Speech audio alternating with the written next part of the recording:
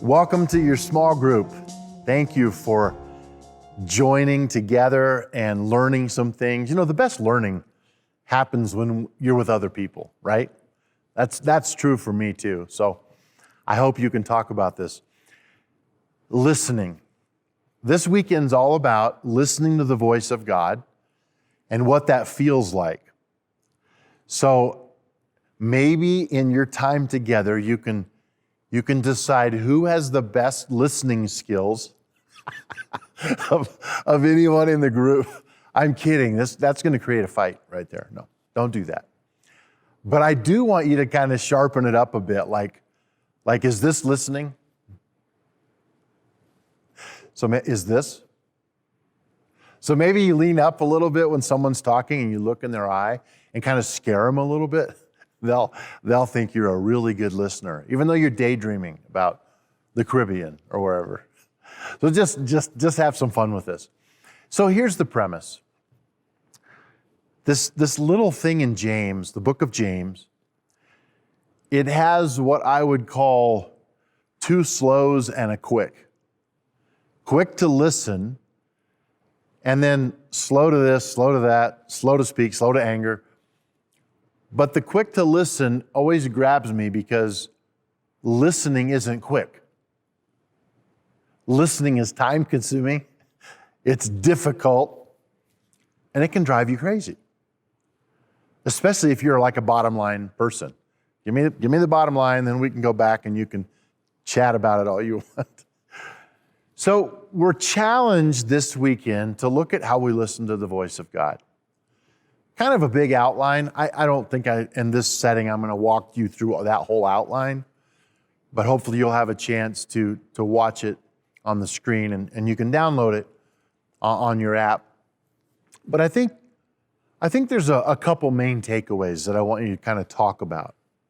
First of all, you need to believe that God really is talking to you. And how do I know if it's God? How can I discern the voice of God? And that's going to involve maybe other people around you who help you with that. But psychologists tell us that you can actually learn someone's voice to the point that they only need to say one or two words and you'll know who it is. If my wife calls me and I don't know it's her by looking at her name on my phone, if it's just a voice, I know it's her with the first breath. My kids, my mom. Why? Because I talk to these people often. I know their voice. And that's how it should be with God. You should know His voice. But it's not like a real person with a real voice. I get that. So how do I break that down? So there's a few things that you need to talk about. Go around the room and ask, how do you know when God's talking to you? How do you discern His voice? And who do you have help you discern that? Because I know if I know it's God and there's clarity there, then I'm not afraid to run with it. But usually that's not my problem. Usually my problem is, did God really say this to me? Is He really speaking to me? And then there's some things toward the end that I want you to really consider. And that is the risks of listening to God and what it may do, because it's going to create adventure for you. It's going to involve other people. You know, if God asked me to move to wherever, my wife might want to have something to say about that. So talk about the idea of maybe if you have a significant person in your life, what does it mean for God to tell them something when He doesn't tell you? Like you're supposed to move to California. Don't do that, by the way. I would say the benefits, though, of listening to the voice of God are great. And talk about that. When have you heard the voice of God and it worked out and you knew it was God?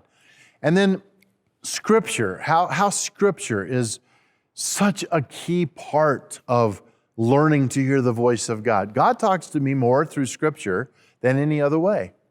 I've never had an audible voice for God, but I feel promptings in my heart.